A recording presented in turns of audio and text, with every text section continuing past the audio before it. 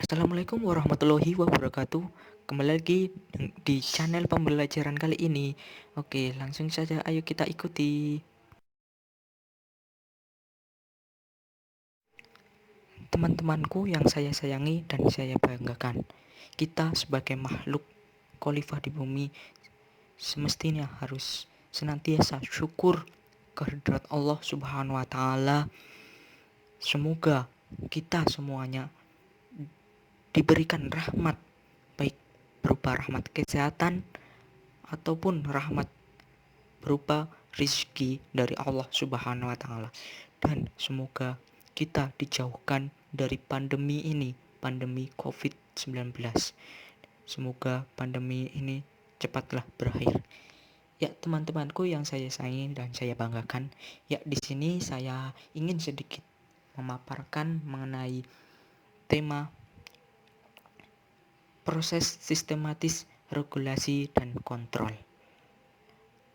Ya, di sini saya ingin sedikit memaparkan mengenai materi tersebut. Oke, langsung saja disimak baik-baik. Ya, baik teman-temanku semuanya. Yang pertama kita harus menguak mengenai makna-makna dari proses sistematis regulasi dan kontrol. Yang pertama ada proses sistematis. Menurut saya, proses sistematis itu memiliki warna berupa suatu proses yang dilakukan secara urut dan tidak bisa dibolak-balikkan dalam susunannya. Artinya, proses tersebut harus dilakukan secara urut, tidak boleh loncat-loncat dan harus urut sesuai dengan acuannya begitu. Kemudian juga ada regulasi. Regulasi di sini menurut saya dapat diartikan sebagai suatu cara yang digunakan oleh baik khususnya pemerintah untuk mengendalikan masyarakatnya, bisa dengan menggunakan aturan-aturan tertentu atau undang-undang dengan tujuan regulasi tersebut dapat mengarahkan masyarakat ke arah yang lebih baik. Kemudian ada kontrol.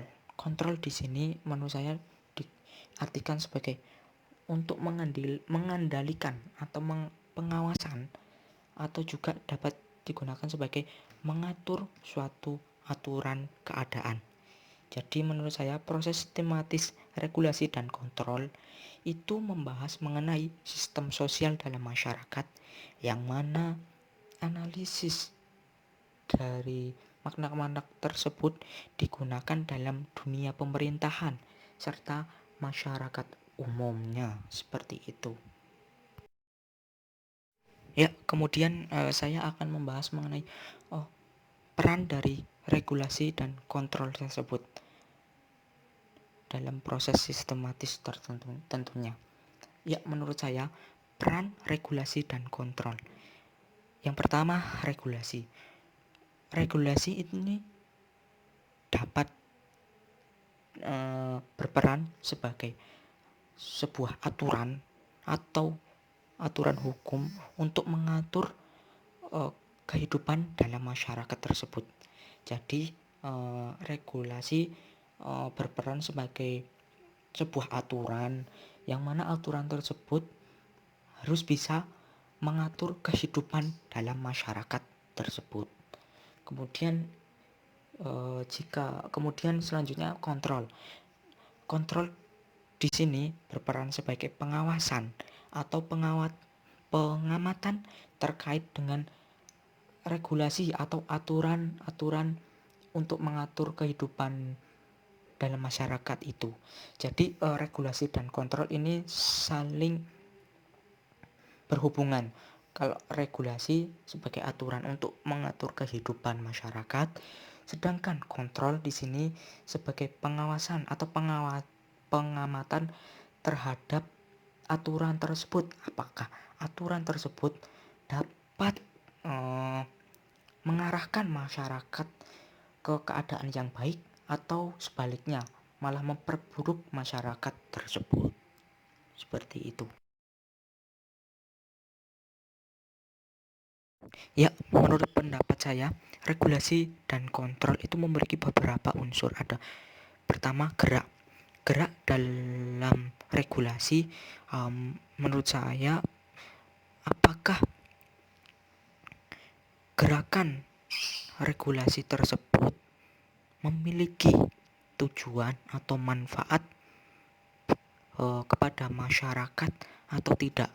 Artinya, gerak aturan regulasi atau hukum ini mengarahkan kepada sistem masyarakat yang lebih baik atau malah merugikan dalam sistem masyarakat tersebut. Kemudian gerak dalam unsur kontrol. Menurut saya, gerak dalam unsur kontrol ini adalah sebuah pengawasan atau penyidikan atau pengendalian mengenai sebuah regulasi atau aturan yang dijalankan oleh pemerintah. Ya, jadi gerak di dalam unsur kontrol ini merupakan sebuah penyidikan atau pengawasan oleh masyarakat atau penyidikan ilmiah lainnya lah mengenai aturan-aturan yang dijalankan oleh pemerintah itu. Kemudian ada unsur kekuatan. Ya, dalam unsur kekuatan untuk regulasi, menurut saya unsur kekuatan dalam regulasi itu adalah bagaimanakah regulasi tersebut dapat memberikan kekuatan bagi masyarakat untuk bisa menyelesaikan masalah-masalah atau problem dalam sistem sosial masyarakat tersebut. Artinya kekuatan di sini apakah regulasi ini dapat memiliki kekuatan dalam mengatasi masalah dalam sistem sosial masyarakat itu sendiri. Kemudian unsur kekuatan dalam kontrol. Di sini dapat dipandang sebagai kekuatan masyarakat, baik itu berupa protes atau hal lainnya yang akibat dari suatu regulasi yang dijalankan namun mungkin memiliki manfaat atau keuntungan yang dapat merugikan dalam masyarakat itu sendiri. Jadi kekuatan di sini dianggap sebagai respon masyarakat terhadap regulasi yang ada itu. Kemudian unsur bidang dalam regulasi dan kontrol tentunya memiliki bidang. Ya, mungkin dapat disimpulkan bahwa bidang di sini yaitu sebuah sasaran dari regulasi itu dan juga kontrol tersebut. Apakah regulasi itu mengarahkan ke, maksudnya regulasi peraturan di bidang sosial atau ekonomi atau pertanian. Kemudian juga kontrol. Nah, di sini kontrolnya mengarah apakah di regulasi bidang sosial, regulasi bidang ekonomi atau pertanian. Mungkin menurut saya seperti itu.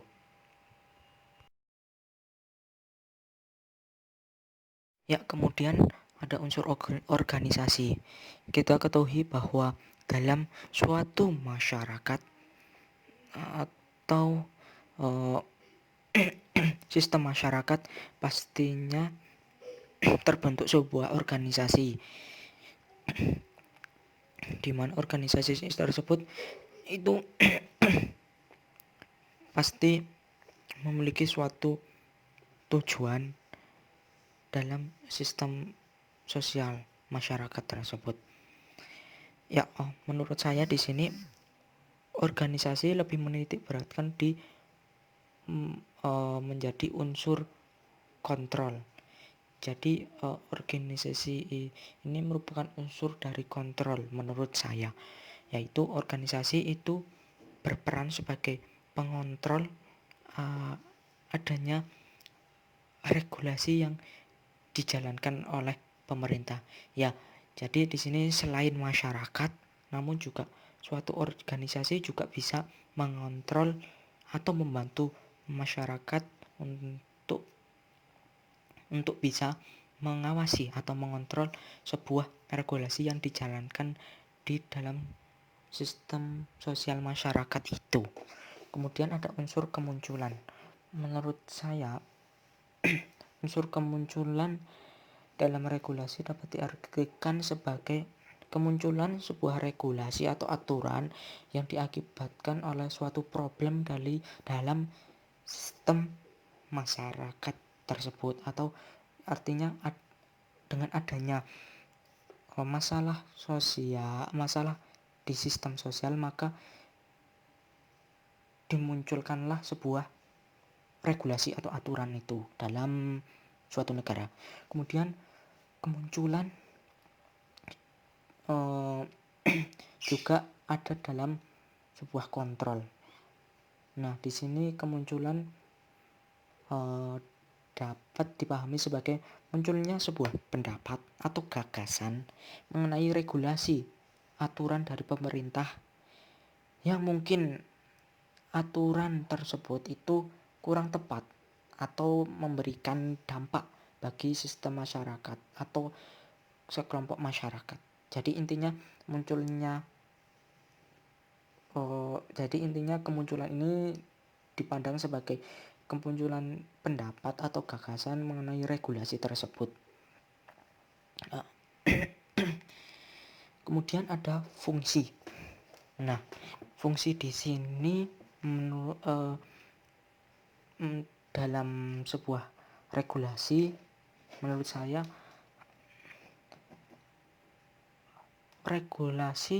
apakah regulasi berfungsi dapat sebagai pemeliharaan sistem sosial dalam masyarakat atau tidak. Maksudnya, apakah regulasi ini berfungsi sebagai memberikan manfaat yang baik bagi sistem sosial di masyarakat itu sendiri, ataukah malah berfungsi sebagai mengurangi manfaat dari sistem sosial itu sendiri. Kemudian jika dilihat dari kontrol, unsur fungsi ini dipakai atau digunakan sebagai untuk menilai apakah fungsi dari regulasi itu bermanfaat bagi masyarakat khususnya. Jadi kontrol di sini memiliki fungsi sebagai menilai bahwa apakah fungsi dari regulasi itu dapat bermanfaat bagi kelancaran atau kehidupan sistem masyarakat, atau malah berfungsi buruk pada sistem sosial masyarakat itu sendiri.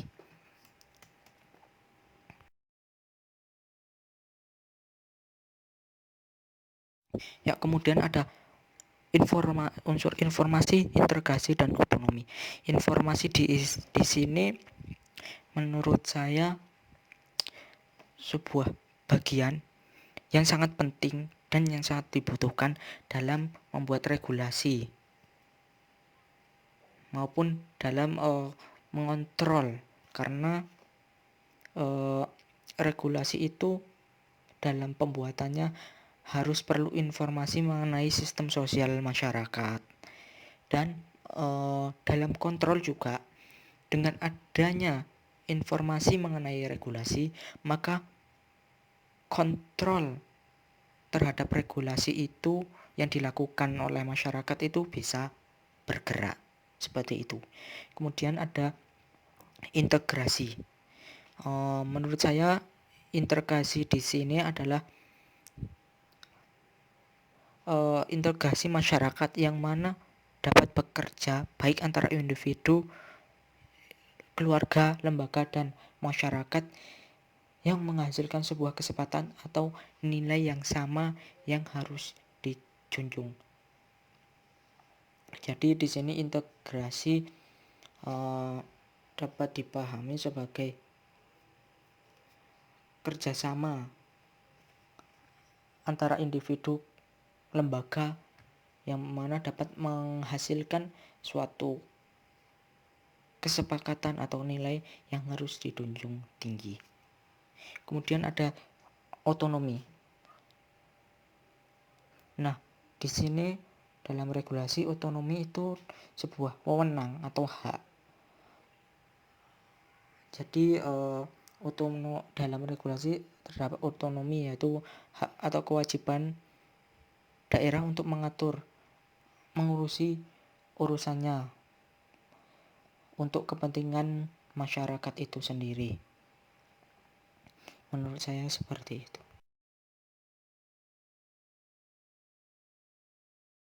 Ya, yang selanjutnya yang terakhir ada kompleksivitas dan kekacauan. Kompleksivitas dapat dihubungkan dalam regulasi. Kita ketahui terlebih dahulu bahwa kompleksitas merupakan sebuah kerumitan. Jadi kalau dihubungkan ke regulasi berarti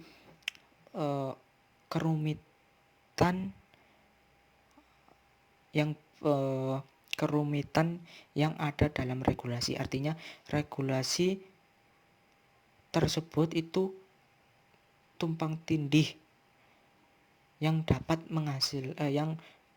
menjadikan regulasi itu menjadi rumit atau kompleksivitas. Jadi bila regulasi atau aturan itu tumpang tindih antara aturan satu ke aturan yang lain, itu dapat mengalami sebuah kompleksitas atau kerumitan. Kemudian ada kekacauan. Di sini kekacauan di sini mungkin mencangkut kepada konflik sosial. Jadi dengan adanya kompleksitas, maka bisa jadi adanya suatu konflik sosial dalam masyarakat atau konflik politik akibat tumpang tindihnya regulasi tersebut. Ya, intinya kekacauan di sini penyebab dari kompleksitas atau tumpang tindihnya aturan dalam suatu aturan pemerintah. Seperti itu. Mungkin seperti itu yang dapat saya sampaikan pemaparan mengenai sistem proses regulasi dan kontrol.